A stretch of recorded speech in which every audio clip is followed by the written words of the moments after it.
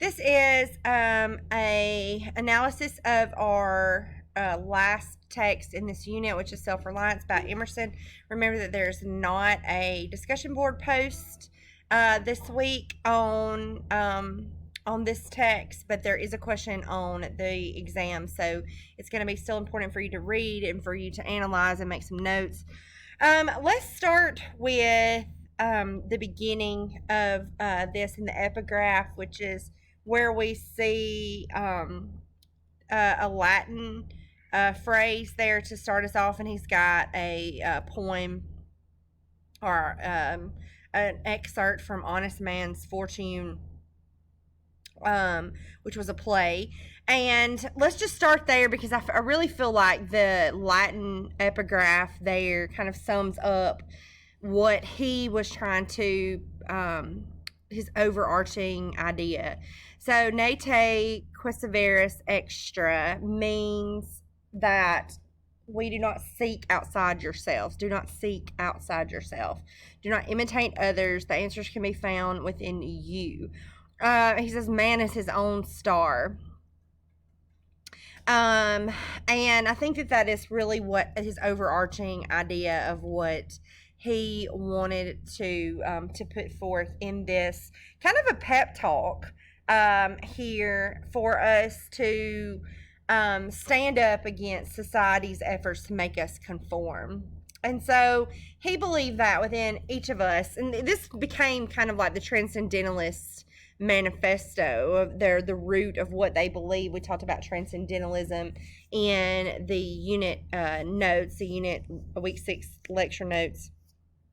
So he believed that within each of us there was an aboriginal self, a true self, and he kind of relates that to the deep force that pushes us through our lives. And it is the fountain from which all of our actions and our thoughts spring from.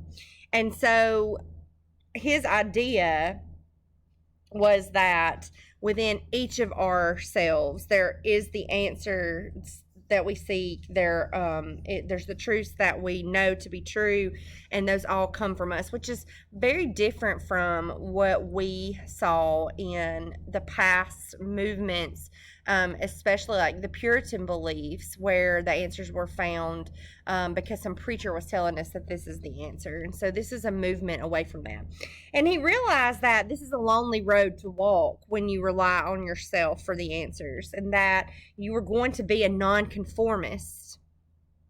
And but he says to that, whoso would be a man must be a nonconformist. You've got to walk to the beat of your own drum and believe in yourself. And so here's this pep talk. It's to help us strengthen our resolve to stand up to society's wish that we would conform.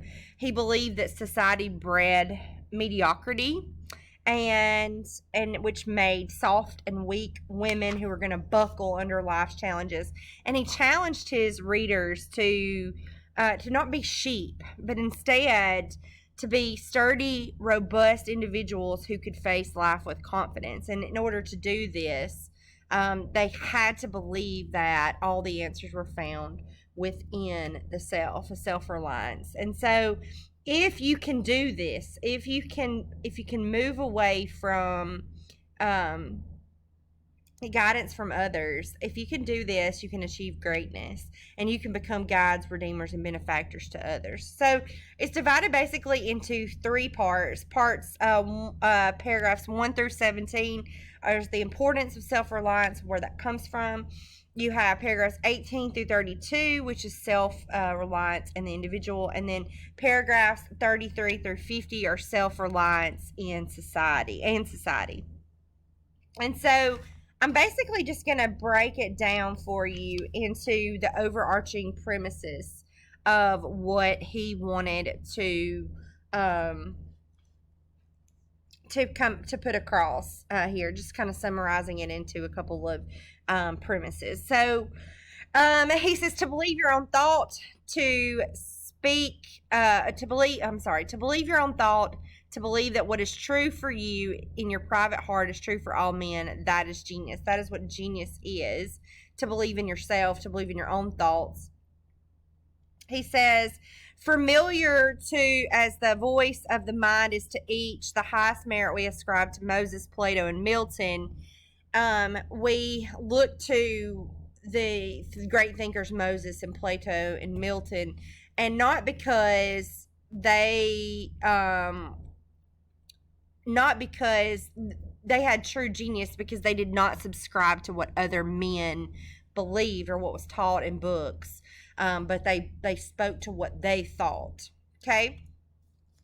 Moving on, he says, there is a time in every man's education when he arrives at the conviction that envy is ignorance, that imitation is suicide, that he must take himself, for better, for worse, as his portion. It's saying that being envious of what others have or envious of other men's thoughts is ignorance. Imitation is suicide, he says. And that he should take himself as his portion. So his overarching premises are to think for yourself, don't meekly accept others' ideas, to trust thyself, and that what you believe, accept the place that divine providence is found for you. Great men have always done so. He says, do not conform to society's norms. Society has a certain way that they expect us to live, and to but that trying to follow that way wastes one's life. It'll waste your life if you spend your entire life trying to conform to society. He says, let a man then know his worth. Let me see if I can find the right page. 43. Sorry.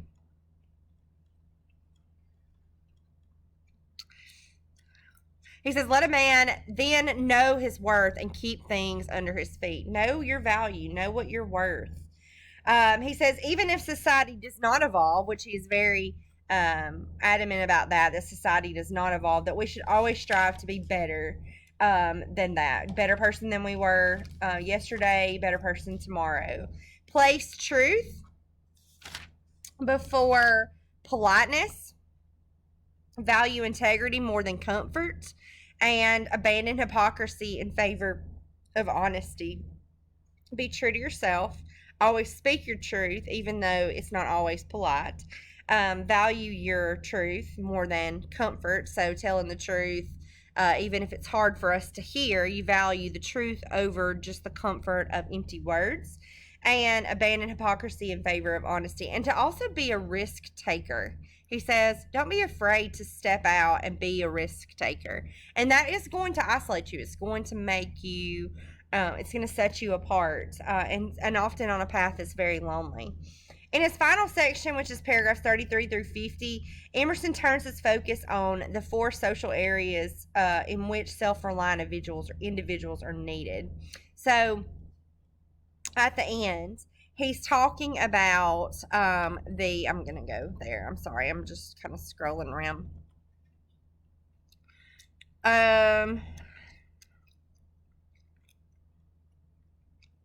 There's that society never advances. Oh, here it is. Okay.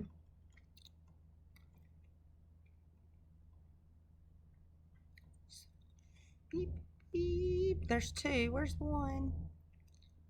1. Oh, there it is. Okay.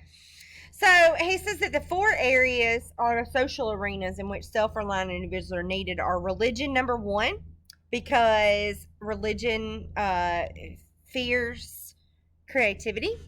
He says number 2, culture is an area where self-reliant individuals are needed. Creativity, or culture, which devalues individualism. The arts, number 3. Which teaches us only to imitate. Society wants us just to imitate others, imitate the arts of others, the products of others. And then society itself, which falsely values so-called progress. Okay, so this is a very powerful text, but What I really want you to make sure that you get from it, overarching, is that you don't seek the answers outside of yourself. You always turn inside yourself to find the answers and the universal truths. Do not imitate others. Okay, so remember to think for yourself. Don't just meekly accept the other's ideas like a sheep. Trust yourself. Don't conform to society's norms because that wastes your life. Know your worth. Strive to be better. And place the truth above everything else and be a risk taker.